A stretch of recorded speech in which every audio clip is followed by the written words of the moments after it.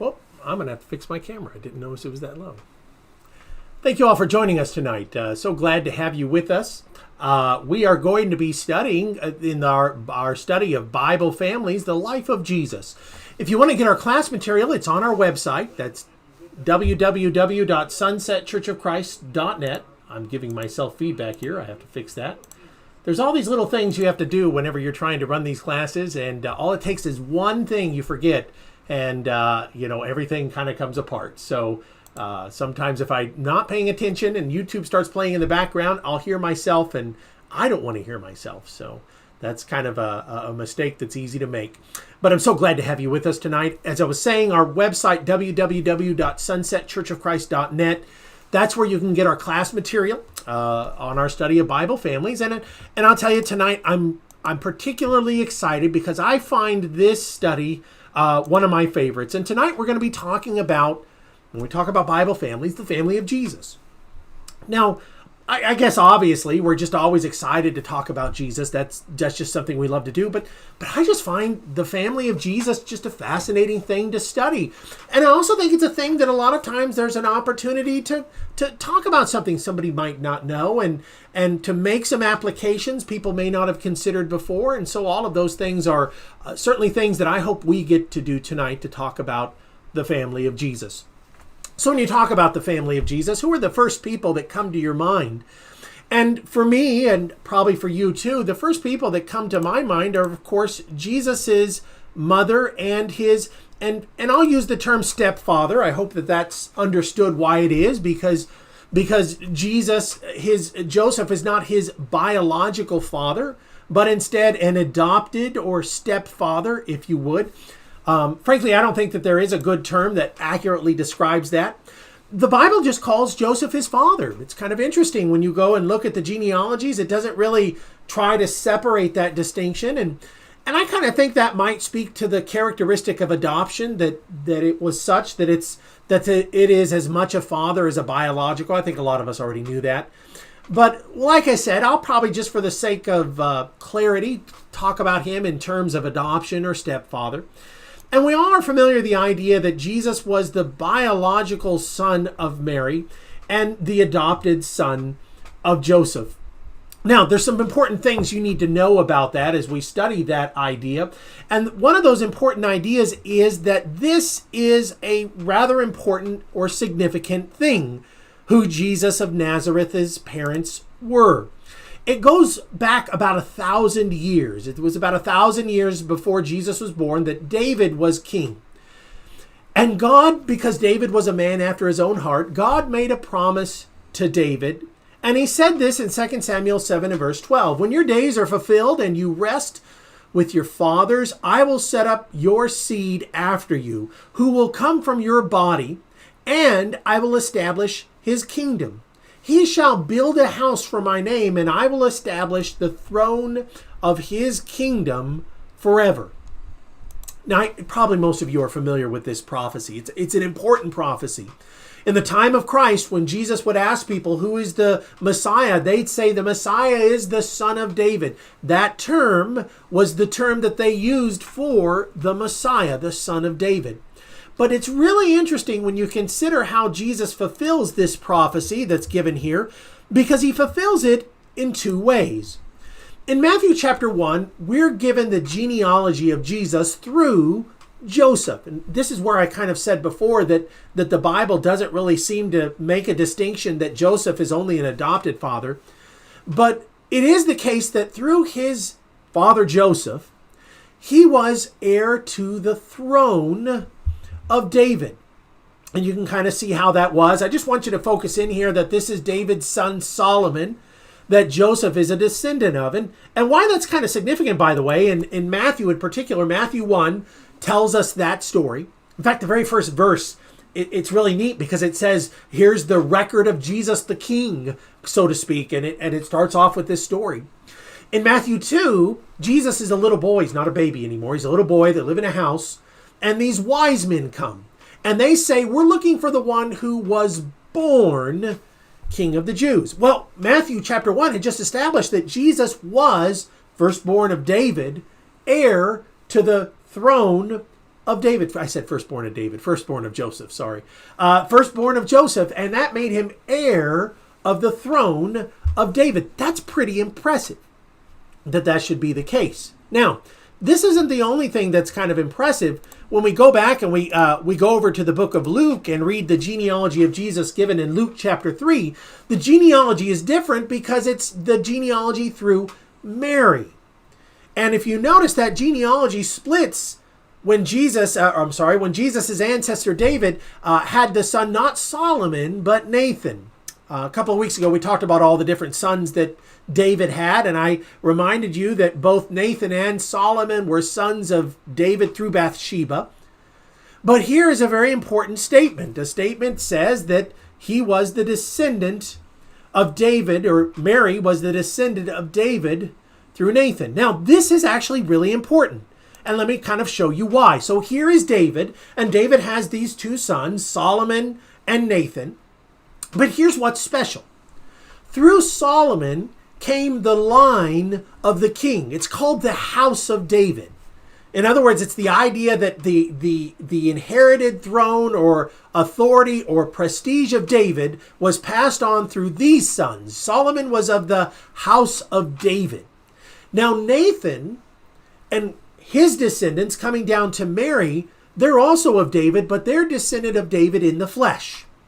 So this is really neat because it means Jesus is both heir to the house of David by his father, which is how you would have inherited the throne, but at the same time, fulfilling the prophecy by being the biological descendant of David by his, as it said a moment ago, coming from his own body, that descendant would be made. So here, a statement is made that's really unusual about Jesus being the descendant of both Mary and Joseph, or of David through both Mary and Joseph.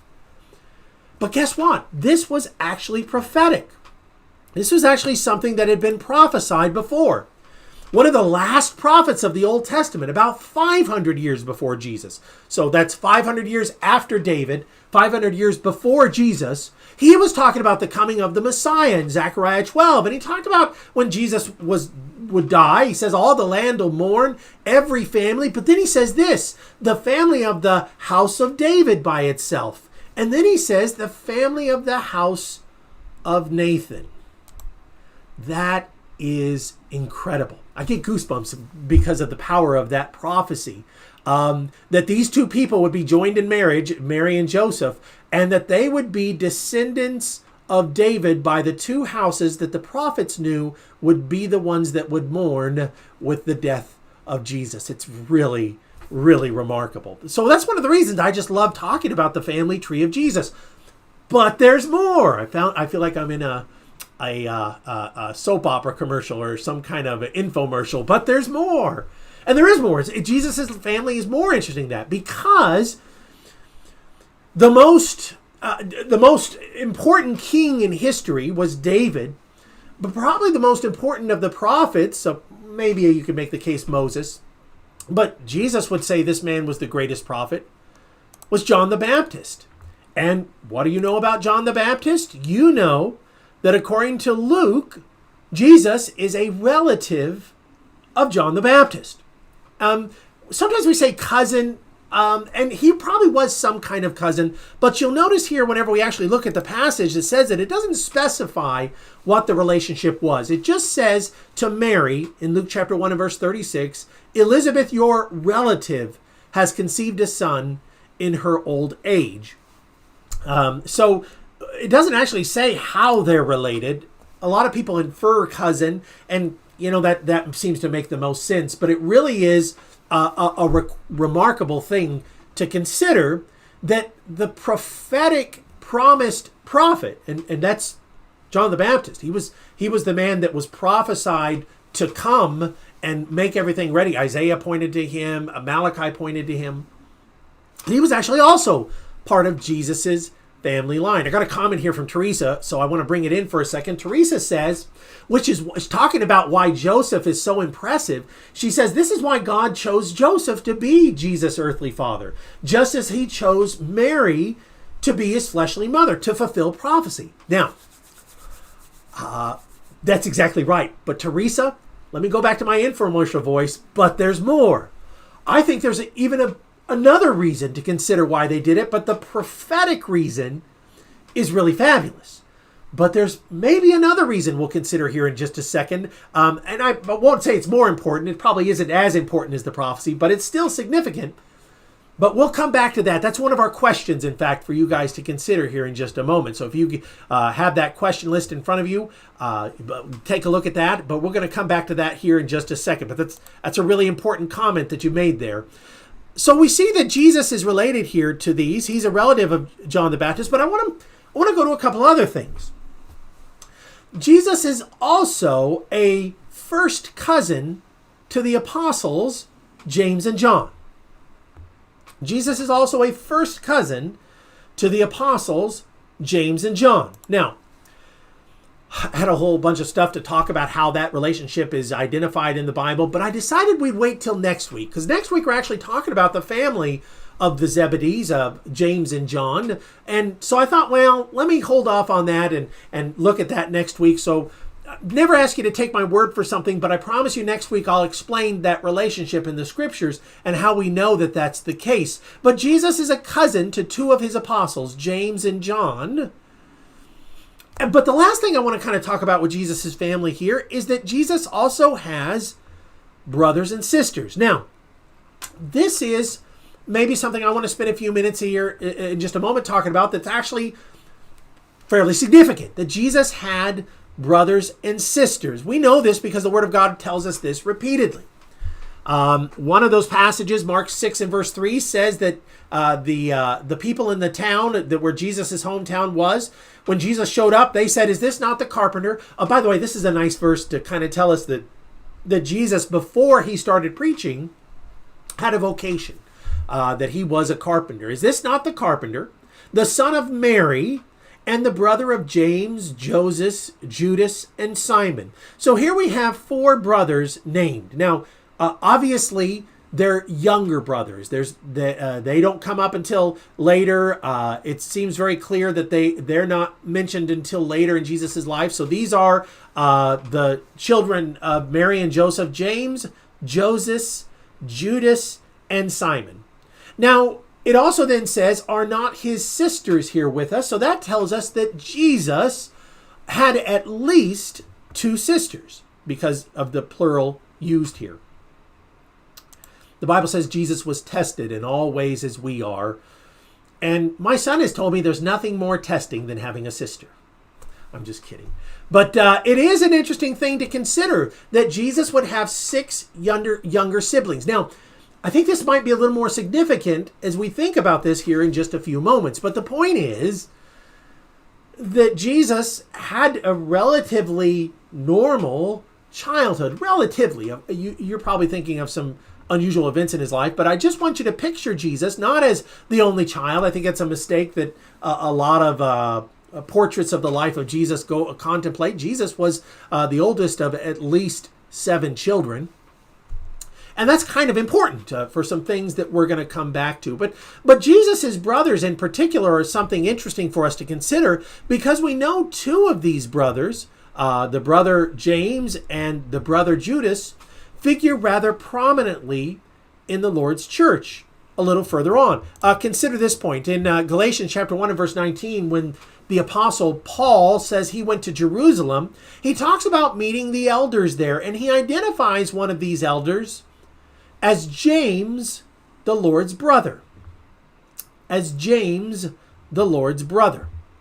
So here's the thing that we might consider, that these men, and I'm going to come back to this. I want to talk a little bit more about his brothers and how they behaved with Jesus. But this is kind of important to understand that Jesus' brother James is important.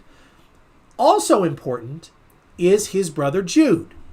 In fact, what we see is that James was the author of the book of James, and Jude is just another variation of the name Judas that we saw just a moment ago when we saw the brothers of Jesus. Jude also wrote for us too. So two of Jesus's brothers were in fact prophets in the New Testament. Two of Jesus's brothers, I apologize for that, were prophets in the New Testament. And that's kind of a really remarkable thing for us to consider. that two of these men were men that were inspired. But what I've always thought is so interesting is that Jesus, as he was talking about, or James and Jude, as they're talking about these things, they actually never identify themselves as such. It's up to others to identify them as Jesus's brothers. They didn't really see that as the significant relationship. They saw their most significant relationship with Jesus as being his bondservants. And I tell you what, I think that that's something really important.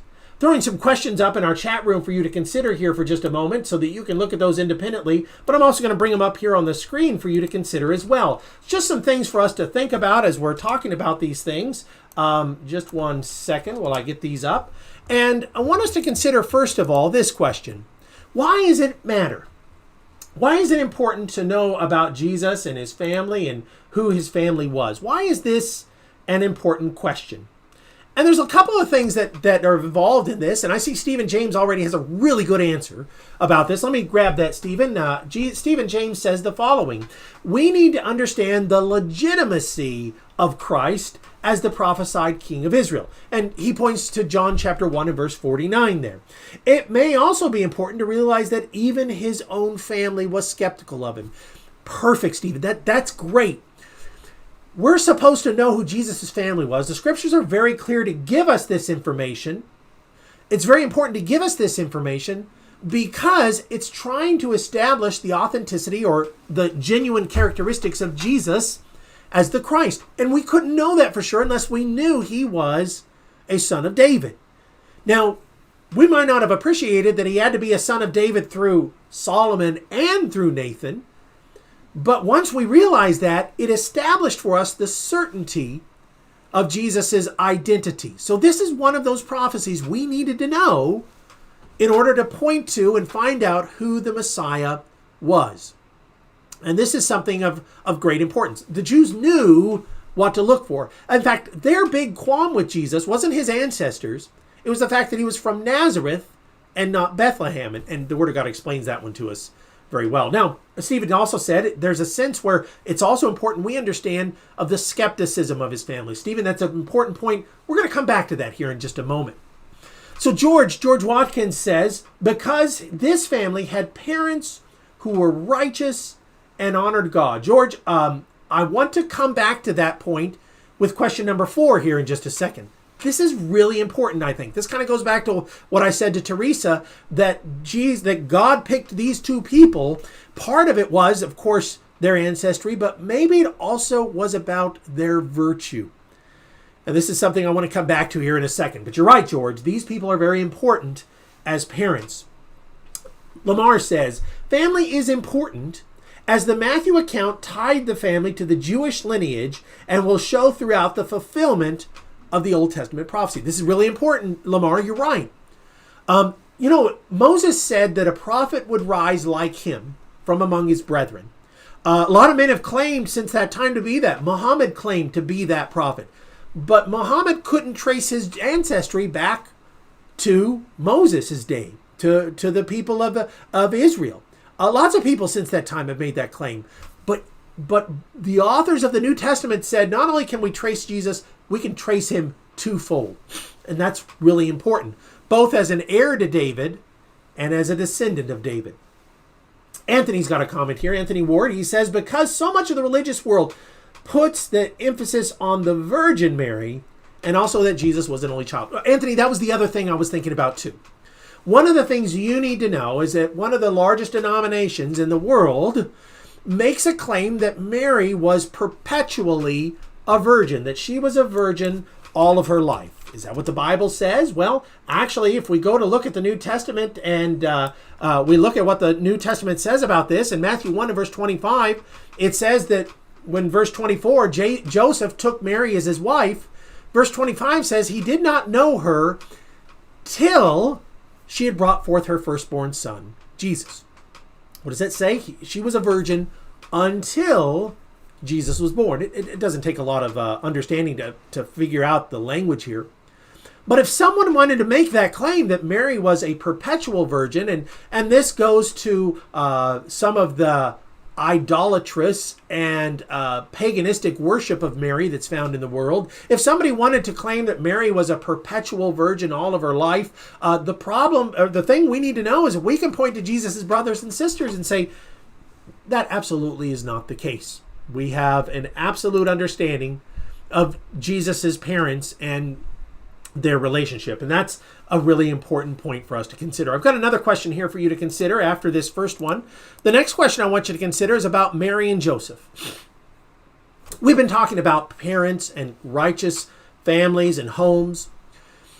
And I suppose we might say in some ways one of the most righteous homes, the righteous parenthoods, is that of Joseph and Mary. Now, one thing I will point out to you that we've made a point in your handout is that what we read there in Mark chapter 6 and other places gives us a strong indication that Joseph died before Jesus reached the age of maturity, that before he would start his ministry, I should say.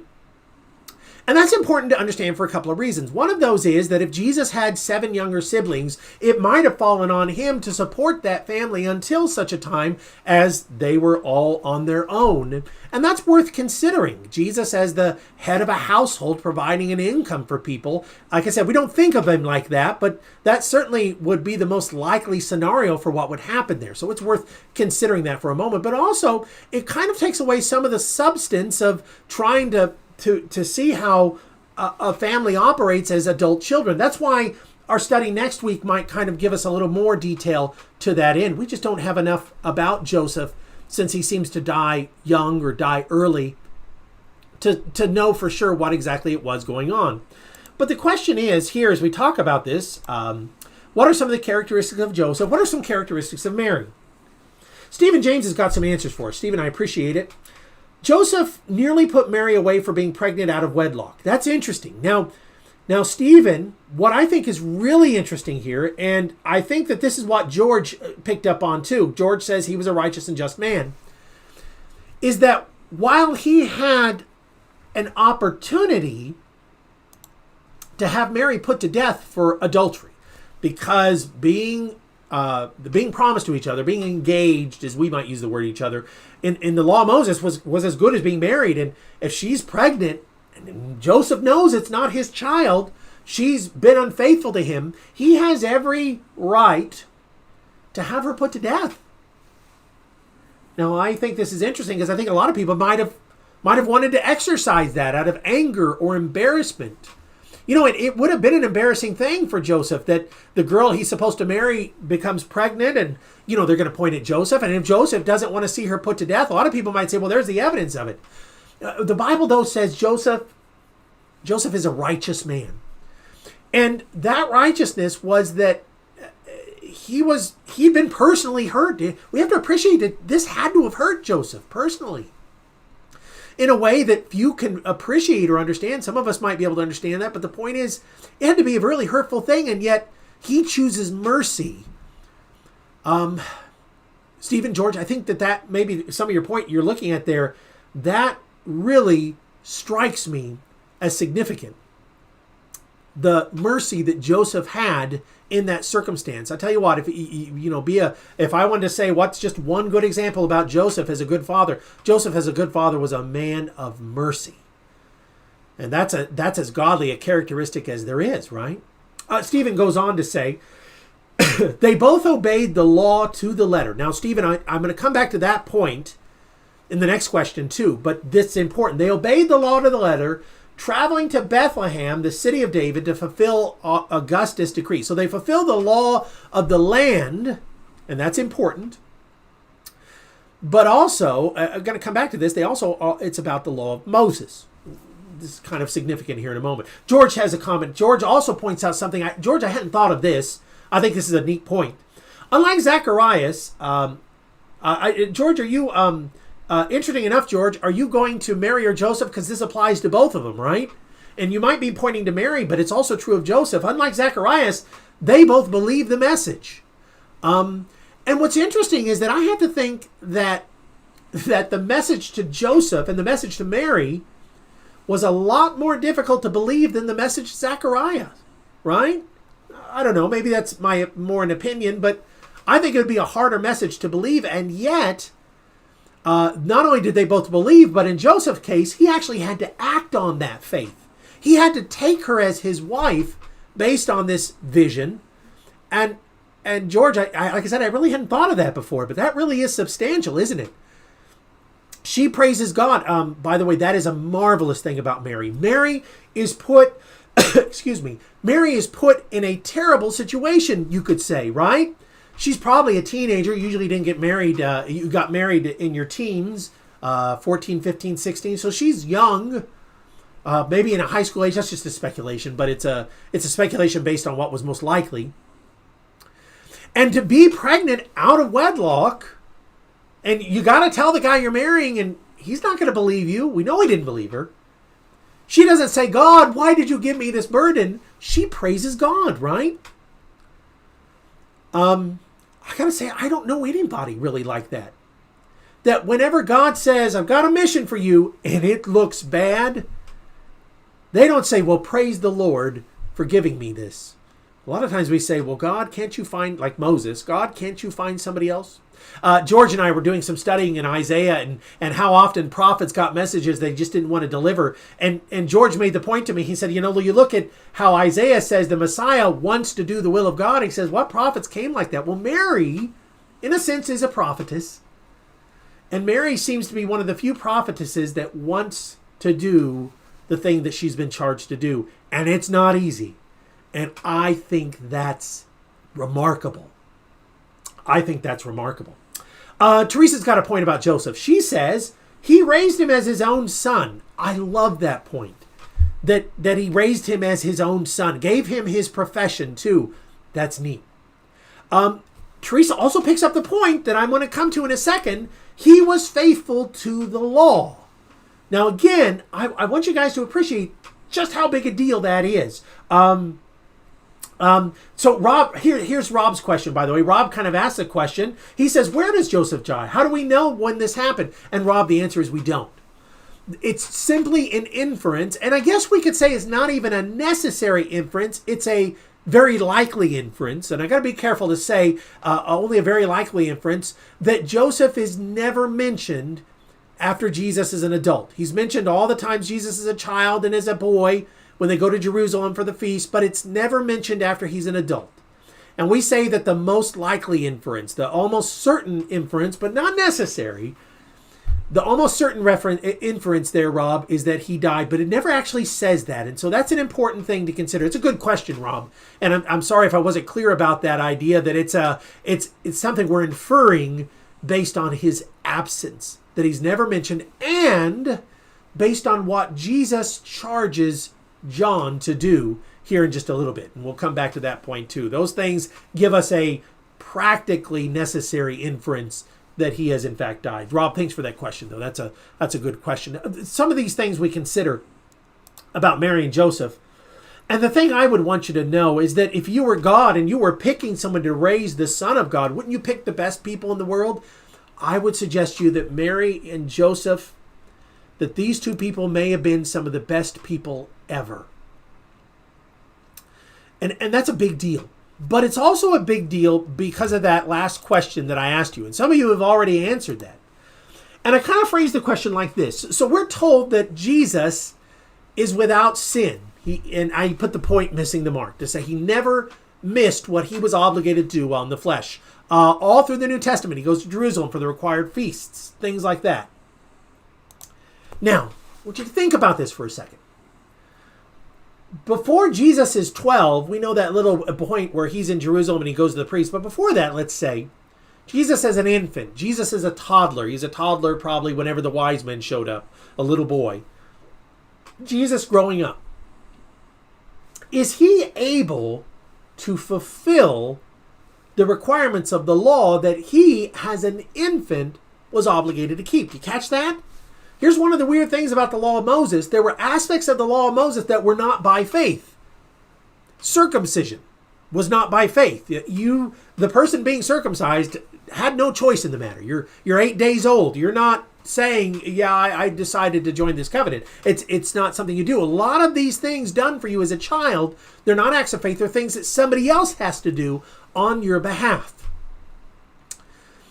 Could Jesus have been accused of sin? I don't think so. If his parents hadn't done that, I don't think so, but I don't know. It would have raised a fantastic question. But it doesn't matter because Teresa's got it. They followed the law and brought Jesus to the temple every time they're supposed to. This is super important to consider. I had the verse there in Luke chapter 2 and verse 22 and Luke chapter 2 and verse 41. When we look at those passages, for example, what we see there is that they brought Jesus to the temple the times they were obligated. There's like Luke chapter 2 and verse 22, that when the days of purification according to the law of Moses complete, they brought him to Jerusalem and presented him to the Lord. I don't know if that passage, you realize how significant that is, but what it's saying is that Mary and Joseph were people that kept the law. And all throughout the history of Israel, there weren't many people like this, were there? There weren't many people that kept every feast religiously, right? I missed a feast or two. I skipped out on things. This happened all the time. But these two people, they don't miss the assemblies of the Jews. They bring Jesus there when he's just 8 years old and bring the sacrifice that verse 24 says, the sacrifice that they were obligated to bring to him. This is a big deal. Look at this one, Luke chapter 2 and verse 41. His parents went to Jerusalem every year at the Passover. You might not have caught that before, but the Bible is testifying that even as a child, Jesus was never in violation of the law. And that rested on his parents to make sure that was being done. No one could say, well, Jesus was a good man, but as a child, they never did the proper things they were supposed to. We have evidence. We have testimony. More importantly, we have his parents fulfilling their obligations to the law of Moses. That's like I said, that's a pretty big deal. Stephen James has it. He says, their strict obedience to the law, traveling to worship to Jerusalem each year, offering gifts to God, are examples for us to follow. Stephen, you're exactly right. They are ideal as parents by the things that they are: merciful and godly and devoted to God as much as to their children. This is really, really cool. Well, I don't want to dwell on these things too much. Well, I do want to dwell on them a lot, but I need to get back to some more conversation about Jesus and his family. Here's a point that we have kind of already talked about, and I'll bring it back to us. We've mentioned that Jesus' father is absent, and we suggested that while, again, it's kind of a almost necessary inference, it's not a true necessary inference that we understand what this was about, but the point is that we want to see that Jesus' father wasn't there, and that seems to be part of the devotion that he has to his mother. We see Mary traveling around with Jesus on multiple times. You might remember in John chapter 2 that Mary is with him at the wedding of Cana, that those things are like that. And so I've got a dog that's having a sleeping fit. I got to fix real quick. Sorry about that. But sorry about that. My dog likes to sleep in here. For some reason, when I'm talking, that puts him right to sleep. I don't know if I should be worried about the fact that they like to hear me preaching or teaching because it just knocks them right out. I hope that's not true for everybody.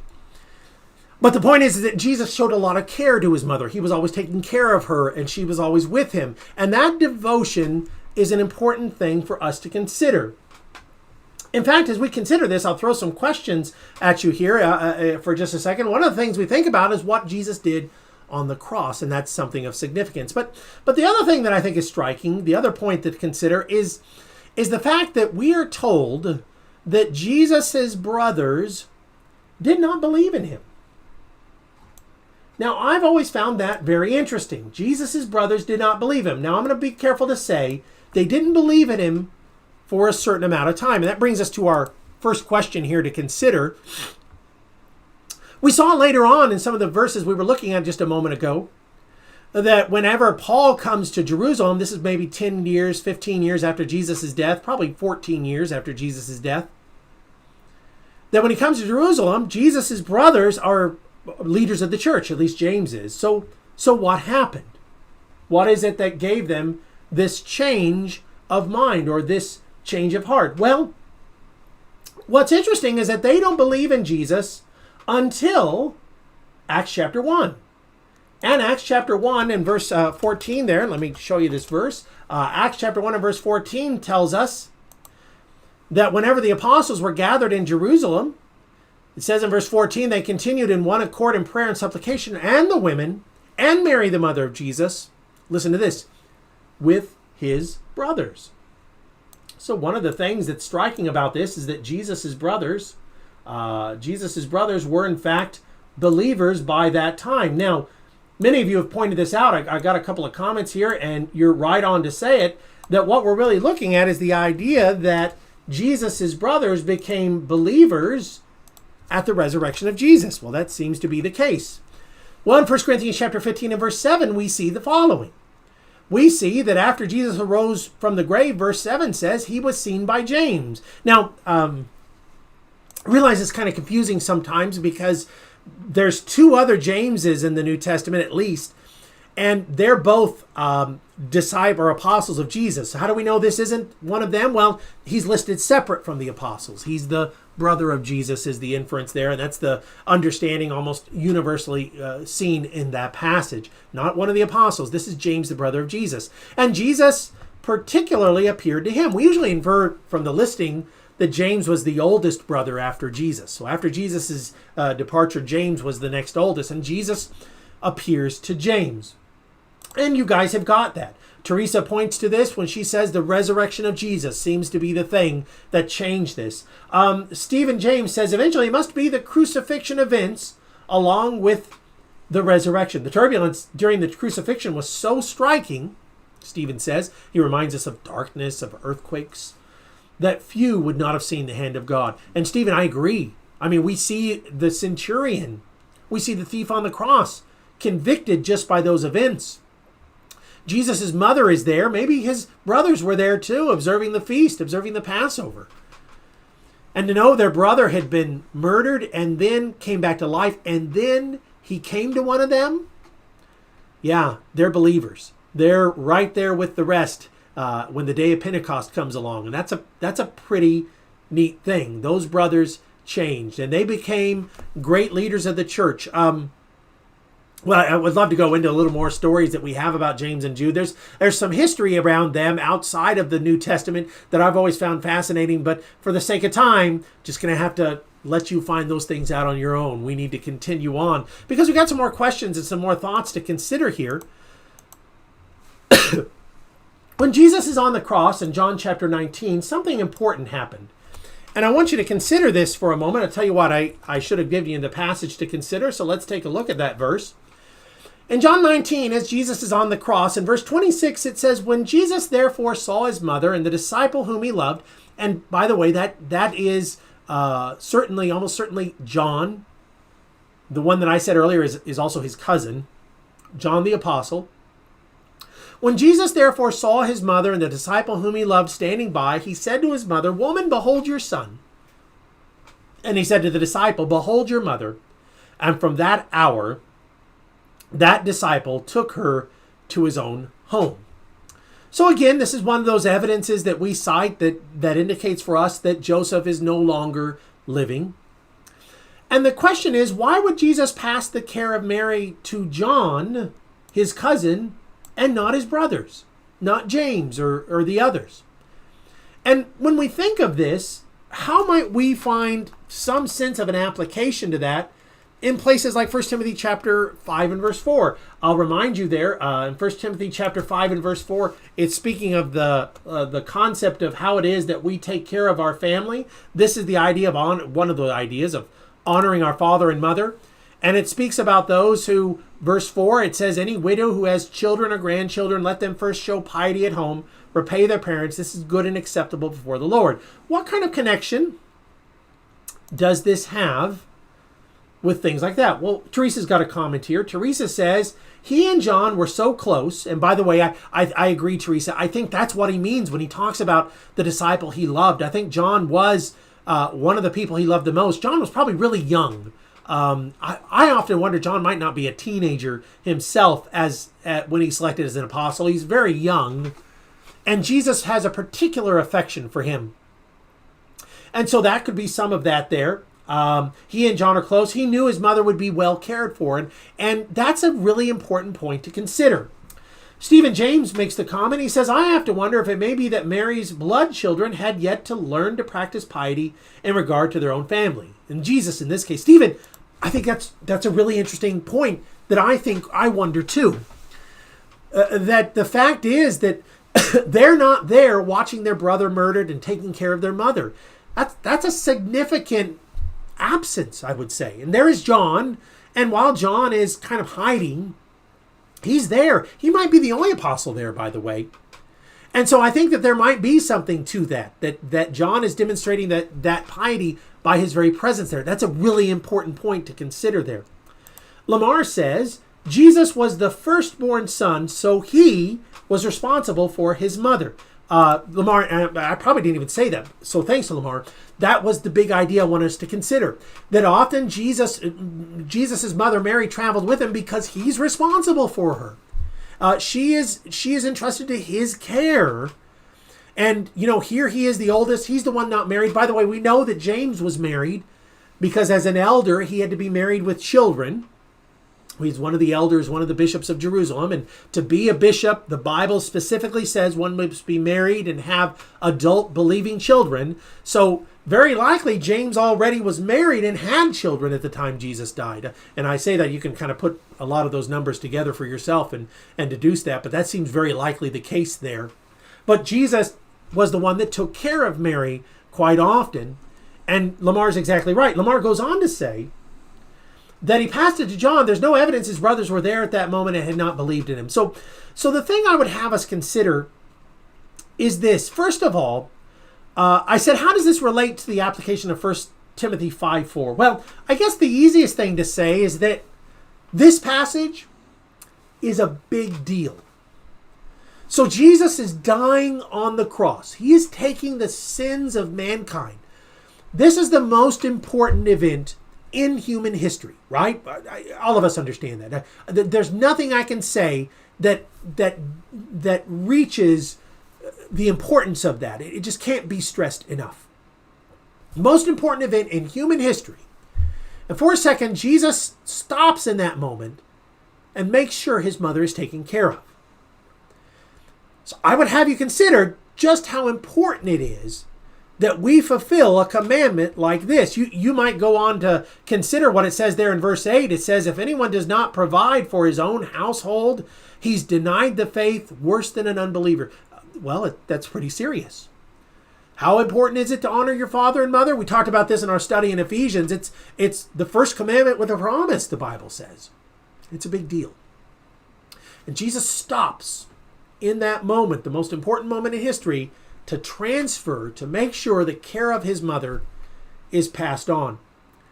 That's a big deal. That really is striking to me, and it makes me understand just how important 1 Timothy chapter 5 and verse 4 is. What it is that we're supposed to be considering when we consider honor your father and mother. This is tremendously, tremendously important. Well, I go on. I got one more thing for us to consider, and maybe this might be the biggest question to consider, although we're really kind of at our time. Why is it Jesus couldn't convince his own family to believe in him until he had resurrected?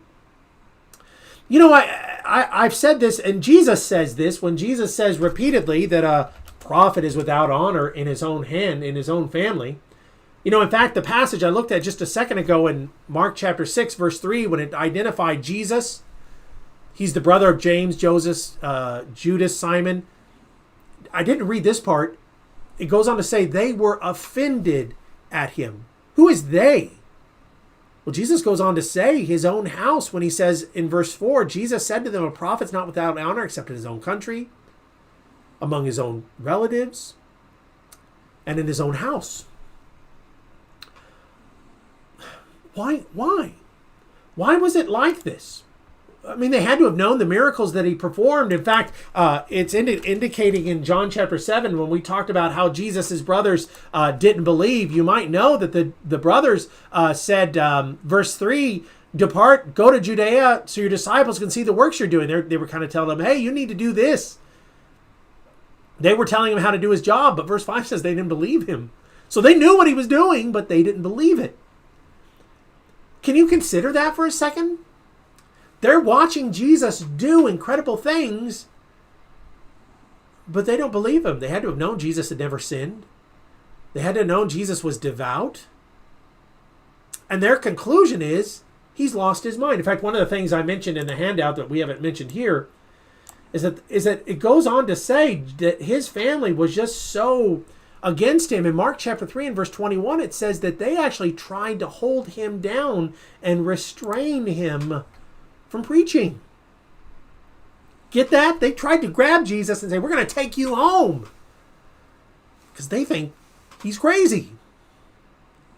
Why is this so hard? Why is it that our family is sometimes the hardest ones to convince of the gospel? Jesus is a great thing for us to think about. Well, I think all of us might have a couple of different thoughts about this. Teresa's got a good one. She says our family knows our faults and weaknesses. And sometimes they think we're self-righteous, and they think, who are we to tell them what they should do? You know, Teresa, what's really neat about what you're saying here is that in part, that wasn't exactly true of Jesus. They made up his weakness. They said his weakness was mental illness. That's what his family is accusing him of. Because they can't say he's faulted or he's deviant in sin, but they can't point to his sins. But Teresa, you're exactly right that in our case, they can. In our case, they can exactly point and say, you know, I remember, Brian, when you were 18, you were a wild guy. When you were 25, you were a vulgar person. When you were 30, you drank. When you were 4, whatever you want to pull out there. They remember everything that I had done wrong. It's not hard. It's not hard to find something. And then to say, let me tell you what the right thing to do is, for those people that know us the best, our family, they're going to say, well, who are you to tell me? Who are you to tell me what to do? Who are you to tell me these things? When Jesus says that a family is the toughest place, a prophet has no honor in his family, that's a profound thing. I remember years ago, I'll tell you a story. It's somebody I love, somebody who, they're not listening now, so I don't have to worry about that. But a family member, I told them I wanted to be a preacher. And they said, well, Brian, you're not a good enough person. They were somebody that had known me since I was born. And they said, well, you're not really a good person. You got to be a better person than you if you're going to be a preacher. And that was tough. I remember thinking, well, okay, I kind of put that thought aside for many years. I thought about what that was. And like I said, that's just the natural reaction of family. People are going to say things like that all the time. It's hard to convict family. It's hard enough because of our faults and our mistakes in the past. But, even Jesus without faults and mistakes couldn't get his family to believe until later. Until he wasn't their brother anymore. He was the Lord and King. And I think that's a pretty big deal. It's kind of a sad truth to say for all of us who didn't convince their family. One day our family will believe us. I would rather they believe us before that day, and I mean the last day. I'd rather they believe us before that moment comes. We're well past our time. I really appreciate, we've had just some great comments, and I really wish I could spend a little more time on this. Next week, we're going to talk a little more about some of Jesus' family. We're going to talk about his aunt and uncle and cousins. We're going to talk about how it is to be a family where you're all disciples of Christ. We haven't got to that family yet. We've been talking about all the problems family have. And next week, we get to talk about a family that does it right. The sons of Zebedee. Well, they're not going to be perfect, but they're going to be pretty good. And so I'm excited to talk about them. Thanks so much for all these wonderful comments and thoughts you had. I appreciate them greatly. And may God bless you.